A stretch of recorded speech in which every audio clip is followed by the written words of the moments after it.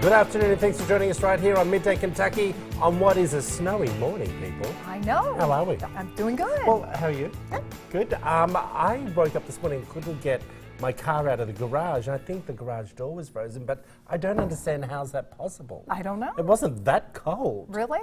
No, I'm serious. I couldn't get the car. I had to get Sam, the producer, to come really? and get me. I only live down the road, everyone, like literally 3 minutes away. But I don't understand. Yeah. Maybe Was it that cold? It's not that cold. Do you have a garage? It's above freezing, no. Okay, so was your frozen door? Was your car? Yeah, it wasn't bad at all. So Heavenly I don't know. Father's punishing me for something, let me tell you. Maybe your door is broken. Maybe the garage door is broken. Oh. Yeah. Might have I'm to not have handy. a look at it. Hey, you've got a quick little funny fact. Yeah, Tell me about it. I came across this and I thought of you immediately. The world's Lord, okay. oldest message in a bottle has been discovered on a beach in Western Australia, almost 132 years after it was thrown into the ocean. The previous record for the oldest message in a bottle, guess, what do you think it was? I have no concept. Well, it was an artifact that washed up in Germany in 2015, some 108 years ago, 4 months and 18 days to be exact. What was in the bottle? There was a piece of paper in it, and it was from a project that was being done by the German Oceanography Association. So it wasn't a love letter or anything? No, it wasn't. Unfortunately, I know. I was kind of hoping it would be that too. But what they said, the bottle was jettisoned from a ship named Paula, a German sailing ship, and it was part of a drift bottle experiment to study the ocean currents to find more efficient trade routes. And this is back in 1886, so this is pre-World War I, pre-World War II. You sure about that? Yes, absolutely. 1886? Yes, 1886. I think it was pre-war anything. Yeah. Do you know what I mean? So I mean, you know, it's really interesting though that they, you know, that this finally did wash up. They said actually that it was thrown in the Indian Ocean about 590 miles. How did they know that? Like, if it was 100 odd, how many years? 180 something? 135, something Yeah. like that. Yeah, but they researched it because of the fact that the maritime organization in Germany, they were actually able to research and find the exact message that was in their journals from that time frame. Look, They found us the Aussies journals. love to spin a tale. Do you know what I mean? I wouldn't believe anything that comes out of anyone's mouth in Australia. Well, they've had I it reckon verified. It is verified. And it's in a wonderful museum in Australia now for 2 years. All right, I got you. Well, moving along, I wanted to ask you this question. Is your personality holding you back? Personal finance expert Kristen Wong reveals the 4 traits that prevent women from earning the same amount of money as their male colleagues. Okay. But before I get to the traits, I want to ask you both, we all know there's a gender pay gap issue, correct? Yes. But do you feel it's personalities that stop you earning the same as a man, or it's gender bias, or you don't have the same type of skills? They're my questions. It's gender bias, but it's not overcome sometimes because of personality traits, because a man may just get what they deserve to be paid right out of the bat. They don't have to have that aggressive personality that goes in and argues and fights for more. So women maybe who don't have that personality trait might not get that. But the problem started with gender bias. So I think some of these can be traits that stop you from overcoming the bias that exists. It doesn't create the pay gap. Okay. Yeah, no, I agree with her. I think it is a gender bias, and I think that, you know, women do have to push harder to get a higher wage at their jobs, to get raises and things like that. I think that women have to push harder for that. You know, I'm not one that likes confrontation. I don't like to do that. And I feel like in my professional sales career before I got on TV, I think that that was something that was a weakness for me, and it held me back from getting, you know, raises and getting bonuses in my job. Okay, well, let's bring up the pages that we have here, which is really interesting. Being too accepting, they're basically saying that women earn less tend to expect to earn less and don't ask for a higher salary. Women expect to earn less. Wow. I don't think that's gender bias. If women or a male person expects that they're not worthy of earning more money, you sort of have yourself to blame there. Yeah. Go in, go to bat, Yeah. go and negotiate. You know, like I feel that we do that in our industry because we sort of know But Yeah, but it's sort of- unequal the amount of negotiating that Yeah. a woman would have to do than a man would have to do to Yes. get the same thing. Exactly. And that's the issue. And I think. feel like companies take advantage of that Yeah, too. they take that advantage. they Really? know that Okay. women Yes. are expecting less. Not Okay. always. I mean, but I do think that there is something I would say at play overall, there. though, I just don't agree with that first one, though. I don't think that women accept less. I Yeah. think, or expect it. They may accept, but they don't expect it. Okay, let's bring up the next one then. They're basically saying underestimating their worth. They're saying that women underestimate how valuable their contribution is in the workplace, and women constantly pay themselves less. This is women paying themselves less than men for doing the same job. This is women paying themselves less, not men. This is what she's, Yeah. this is her survey that she's finding out. I don't know. I think most of the women I know are pretty strong. Do you know what I Yeah. mean? Yeah. Let's bring up the next one. Willingness to work for free.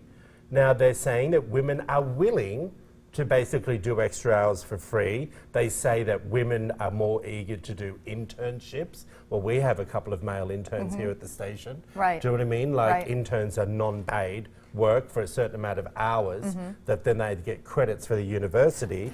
You know, with that one, I think too, you know, women, sometimes women are married, and so they kind of lean on their spouse on their income while they're trying to change their career maybe, and they'll accept work for free or for a lot less in order to get the experience to then move up in that career. So I can see how that can happen. So because they have an extra person. Exactly. They have coming- someone kind of helping out at home and, you know, Yeah, the, I on the didn't think of it financial that way. end. Lacking negotiating skills. I know most of the women in my life are pretty tough and they know what they're on about. What do you think? Do you think women lack negotiating skills?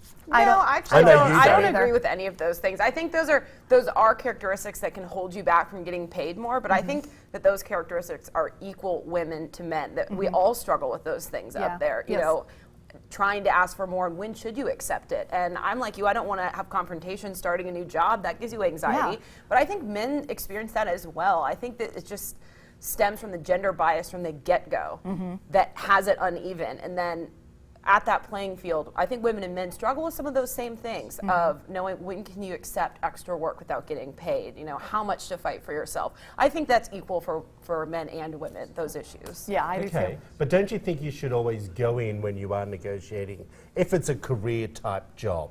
I don't mean working at McDonald's or somewhere, and even though that could be a career, as in you could become a store manager and things like that, but there's a certain pay rate for that. Yeah. When in this type of business, there is a certain pay rate as well, but we negotiate up front, and once that contract's done, there's no negotiating. Right. They just like, you're Done, done you for 3 signed it, years. yeah. It is what it is. Tell us what you think. We put this story up on Facebook. We'd love to hear your thoughts on that. Okay.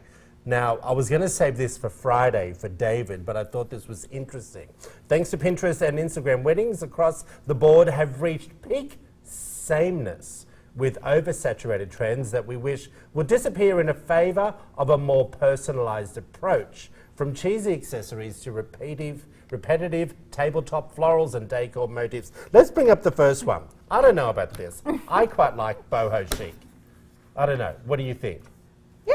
I don't Yeah. really understand what is boho chic from Boho this picture. chic Is it the is wood just, or? it's a little hippie, Oh. but yet still understated. Like you're not trying too hard. That's what it's all about. Okay? I don't know. Do you That's think cute. that's all? I don't know. Okay, 2 is flower crowns. Well, I have to say I don't love a flower in a hair. It's Carmen Miranda. Do you know what I mean? What do you think? I like it. Do you like them? I think Do you it's don't all they get- natural. I like Did it. you didn't have flowers in your hair for your brother's wedding? Huh? Oh, because I wasn't the bride, or I don't choose what to do. Can't just show up with flowers as the bridesmaid. Well, okay. Huge bridal parties. Look, here's the thing. I think you should be able to have as many darn bridesmaids as you want. I think so But too. these aren't my facts, everyone. Yeah. This is a story that came out saying that they're readdressing the whole rules when it comes to weddings. Look, blush and rose gold. I don't know about that. I quite like this look. Yeah, I like as in rose the gold. colour tones and the palettes. Yeah. Yep. Faux calligraphy. I can't. So do you know what faux calligraphy means? It means it's already printed on there for you.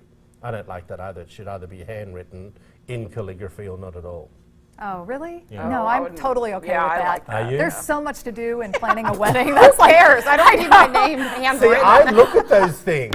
I don't know. I would have let my kindergartner fill them out if I could. Really? Yeah. And this is something you're going to laugh at me. People are saying the royal wedding obsession. Get over it. Yeah, I agree. You need to get over it like immediately.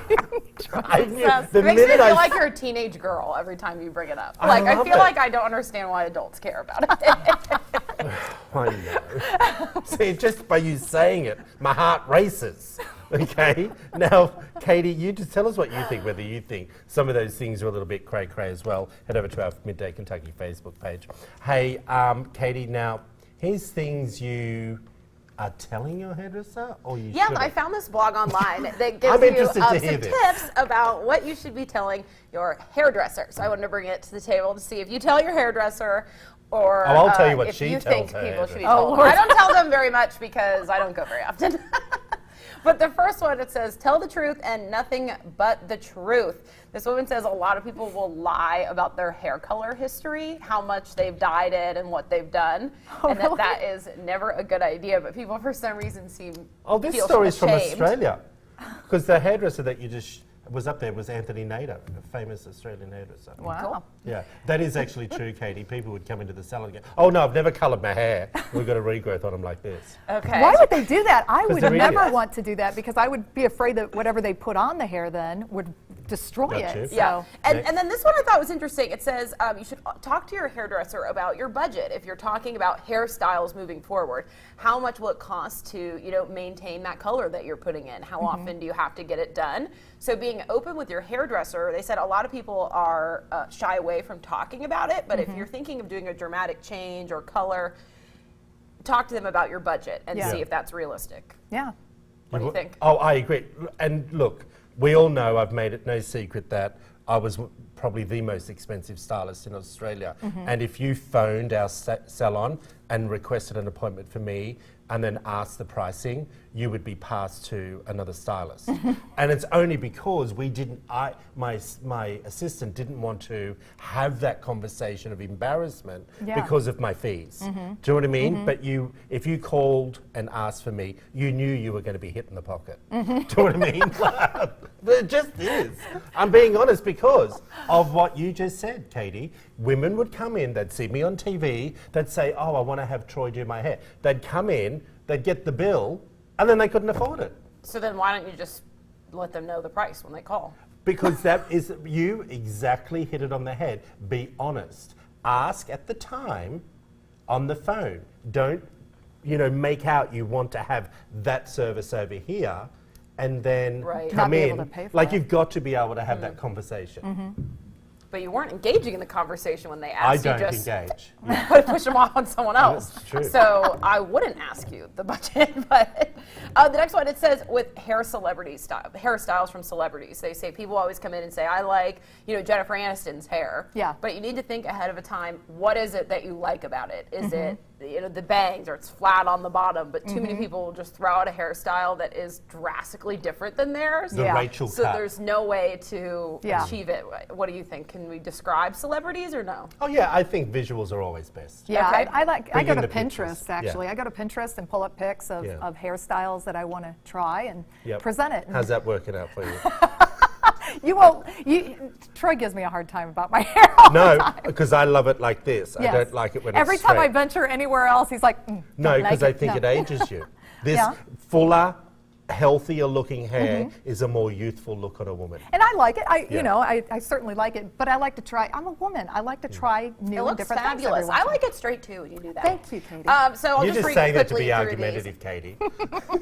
Ask questions. And they said, let your hairdresser know any medications you're on that may affect your hair growth, or maybe you shouldn't have certain dye in your hair. Yep. Just not to be afraid to tell your hairstylist any medical history. Oh, and then never be thought about honest about the products that you're using to your hairstylist, because if they're giving you advice of what to do if you're using the cheapest products all the time that Yeah. we don't want to tell our hairdresser, you should be honest with them, because sometimes they may have a tip for you of don't try this, but try that, and it could be equally as cheap. You know, Yeah, just be yeah. honest with them about your budget and your products, because we assume they'll only give you something really expensive, but they may have, a drugstore tip for you. Yeah.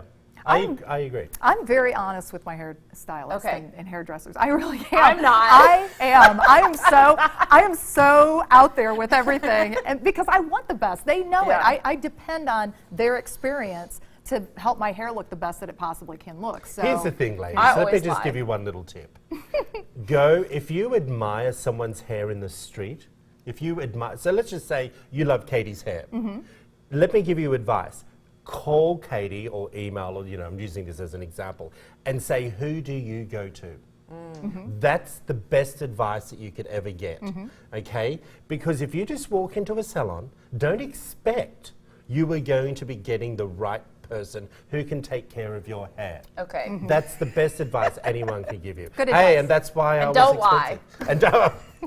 We will find out when the hair snaps off. Yeah, I always lie when they say, "Are you using heat protectant every day?" Oh, yes. Yes. And What- it's what's that? dry. What's that? Exactly. Hey, JT Davis Assets Management is up next after the break, and stay tuned how to find out how your retirement, well, this is scary, could be affected by a trade war with China. This is Midday Kentucky, everyone.